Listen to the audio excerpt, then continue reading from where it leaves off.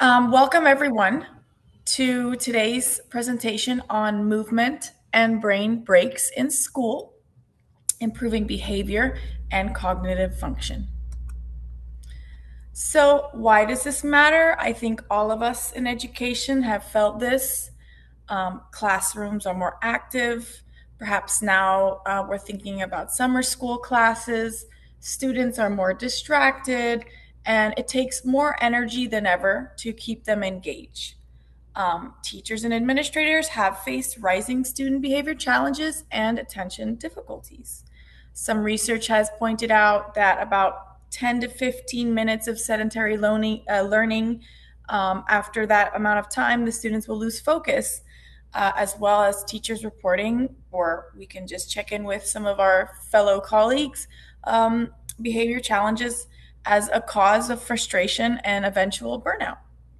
So, the point of today is to push back among some of these things and point out that even short active breaks, some small things that we can do every day in the classroom and for ourselves and our students, can in fact restore attention and calm in the atmosphere. So, today, the good news is again, even really short intentional breaks, even just a minute or two, can reset the nervous system and bring calm back to the room. So, we'll be focusing on movement, breathing, and pause routines. Some of the benefits, of course, are to improve focus and learning for the students. There has been evidence that gains were reached in math and reading scores when daily physical activity was integrated into the schedule, as well as classroom management, a reduction in disruptive behavior, and in addition to making transitions a little easier. So, in all, it can reduce stress for both the teacher and the students. Let's go ahead and try it out for ourselves. If you're not already standing, I happen to be standing, luckily. But if you are sitting, and this would be an example of something you can do in your classroom, you're just going to want to stand up and move around, move your arms around, sway them up like side to side, kind of maybe shift your weight from one side to the other, and go ahead and breathe in and out quite slowly. And you can close your eyes. By inviting this type of movement, even just for a minute or two, it really helps any of us, child, student, teacher, adult, to just reset and then get back to attention and learning. So, with our own example, let's learn a little more with the brain and what actually happens when it's moving, when there's movement. So there's the increase of blood flow and oxygen to the brain. These things are part of the neurotrophic factor, which does support memory and learning. It's a part of the brain. Also, executive functions, attention, working memory, and self-control. These are all, these are all areas that increase in performance. So we're talking about interventions of 3 to 5 minutes, and these are proven to improve some learning readiness, as we just mentioned.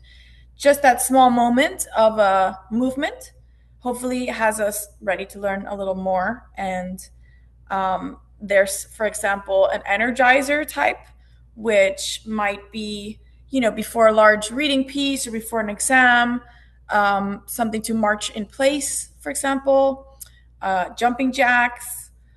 A lot of times when I'm testing students and it's a long session, they're getting tired. Again, these breaks and doing it with them is really important to model it, can really make them kind of wake back up and reset.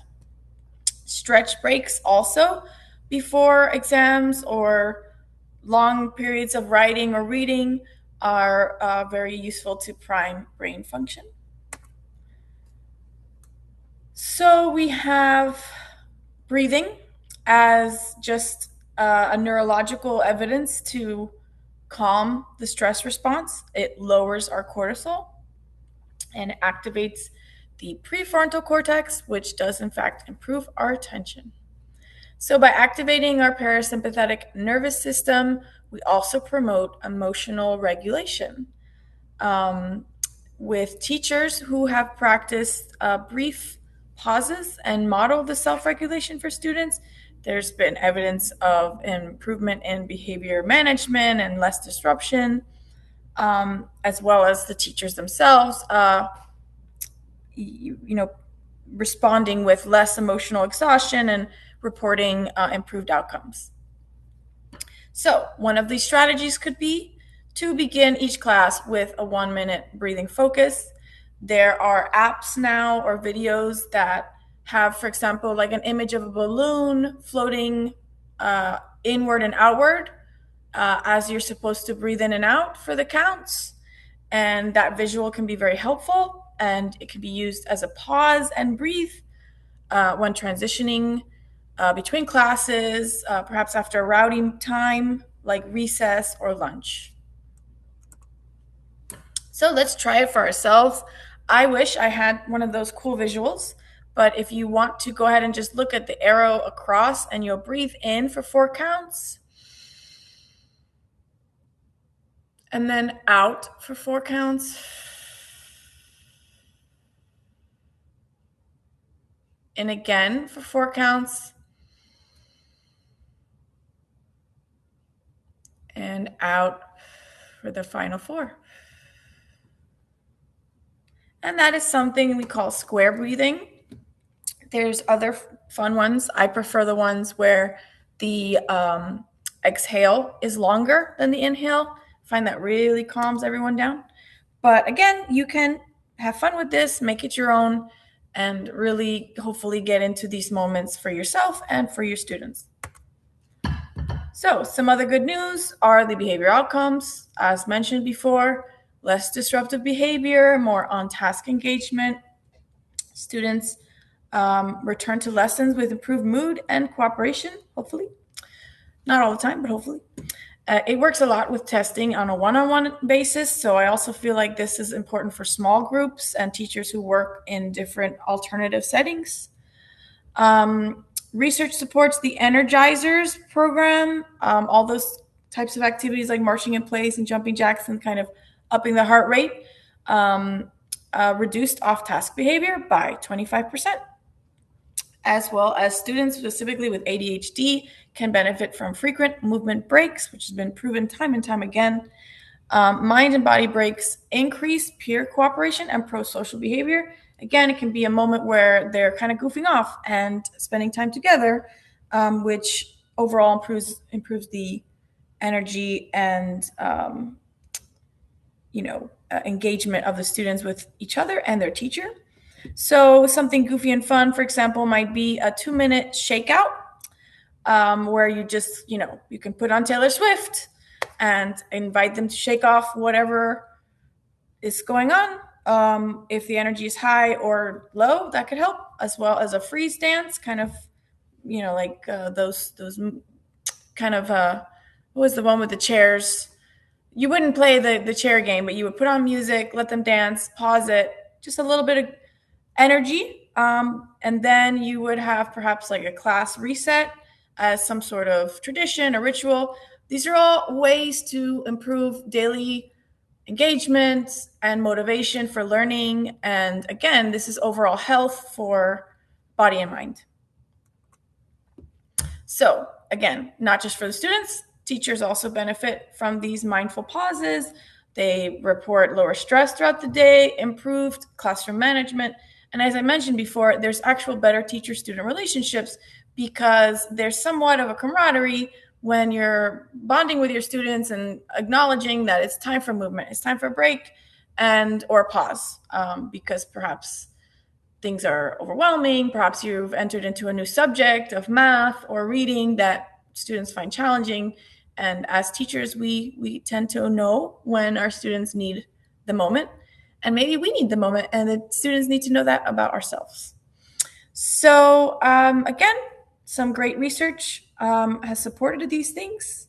You can see there's lower heart rate and stress response, pro student behavior. So some more practical strategies that we didn't mention or want to focus more on: jumping jacks, stretching, yoga pose. These are great 1 to 2 minute moments. You can just do the star jumps or have the students try to pose on one leg and do the yoga tree. For breathing pauses, you can use a visual. You can have them visualize to smell the flower, blow out the candle. And these are great because they are not aware that they're actually doing something to help their resetting and their calm and their regulation, but they just think it's a fun little visualization exercise. For transition resets, you can have the students stand out, shake their arms, kind of move around in place to reset. And again, there's research to support that integrating all this physical activity into the lesson improves academic outcomes. So this is not a off-task thing. This is, in fact, the push for students to return to the subject at hand with higher time on the task. Implementation tips are to keep them short and structured and somewhat routined as a set or sequence, perhaps integrate it, embed it into the natural schedule, start of class or after recess or lunch, before tests. Start small, just 1 to 2 a day. Use timers, music cues. There's plenty of resources online. I'm sure you just have to click in a few keywords and you'll find some useful tools. You can also perhaps indicate a student to be the movement leader and rotate that role, and that can end up being a nice activity and motivation for the students to behave. Involving the whole school, of course, each classroom and layer of the school to build a supportive and movement-based atmosphere. So when you see the 7th grade teacher taking her students for a walk, there's not a question that was needed, and the 5th grade teacher might have that idea later in the day. So consistency is key. Even 2 minutes a day over months really does yield to behavior gains, as all the research mentioned has proven. And again, this is not lost time, it's gained focus time. So my takeaway message for you: movement and mindful breaks are simple and science-backed. And so hopefully you implement some of these interventions and strategies throughout your day and career as an educator, and whenever in groups of with students and others and peers. It does improve the focus, behavior, and emotional regulation. Again, for students, attention, behavior, and learning. For teachers, it improves energy, stress, and relationships. And for the overall school, hopefully it improves climate and cooperation. Small changes can create a positive ripple effect across the school, and you can hopefully then see a wave of change. I hope you take some of the ideas and strategies that you've learned from today and try to implement them in your classroom. And of course, thank you for listening. If you have any questions, please feel free to ask them now.